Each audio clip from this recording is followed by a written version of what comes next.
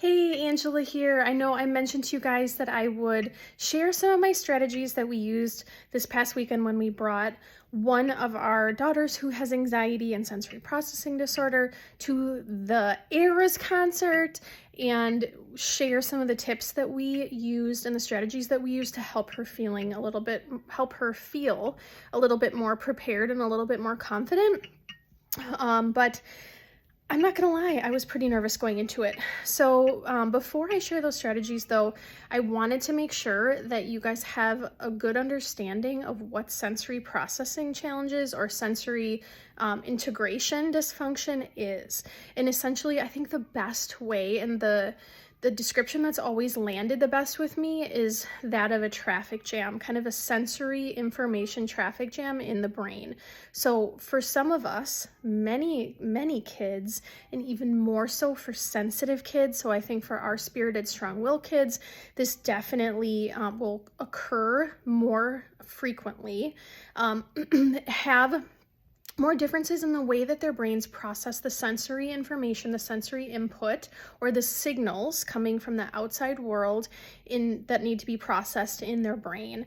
And our brain receives these signals in all different ways, and I'm going to link a different video that I did on this a while back where I get into these actually kind of surprise extra I only talk about the two main kind of extra senses that we do not learn about, and that play a absolutely huge part in the way that your child behaves and engages with the world around them. So I'm not going to get too in depth as far as how that information comes into the brain, but essentially with kids who struggle with sensory things, their brain struggles to modulate the sensory input that is coming from the environment. So they are either getting too much sensory information or they are getting too little sensory information, right? So this means that for a typically developing child in a sensory respect, we wouldn't even notice sensory integration happening because it should be happening so flawlessly that it's completely subconscious. It's happening behind the scenes, so to speak, and we don't notice anything different.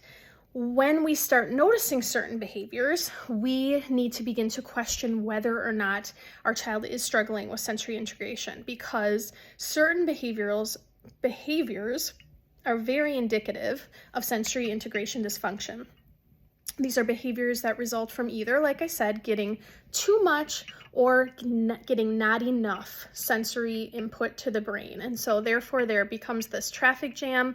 The brain needs this information to understand kind of where they are in space and how to then proceed, but the brain's not getting it. So then sometimes you see some mystifying behavior. So this might look like very overactive behavior, lots of moving, struggle to sit, spinning around, slamming into walls, dragging hands or extremities against the wall, pushing heavy things. This could look like watching TV upside down on the couch. It could also look like underactivity, right? When the body's getting too much input, and so then we're shutting down to compensate. So it might look like the child kind of folding in on themselves, really going internal and being quiet, shutting down, maybe going to a remote place, and all sorts of other behaviors with noises, right? Making loud noises, tons of other things. And I am not a occupational therapist who are the experts in sensory integration, and I will share some good resources for this. But overall, what I want to convey to you guys today is how big of a role sensory processing plays in all of our lives and all of our behavior. And then for your child, if your child is active, if your child tends to have a little bit more sensitive or intense personality, they in fact probably have a nervous system that might have a little bit more complex sensory system. So definitely worthwhile to look into that, because we all experience sensory overload sometimes in certain environments, and we all sometimes experience sensory deprivation, right? Where we kind of need a little bit more input or a little bit less. So it's one of the the areas, if not definitely the area that I'm grateful to have learned about because of our daughter's diagnosis of sensory integration dysfunction. It's been very applicable to every area of my life. So before I go on and share some more strategies tomorrow, I just wanted to make sure you guys kind of understood that and its relevance in preparing your child for a big event where there's going to be tons of sensory input for them to process, such as a concert. So let me know if you have any questions below the video, and then I will follow up soon with the interventions and tools that we use to help her to be able to succeed, hopefully, at the concert.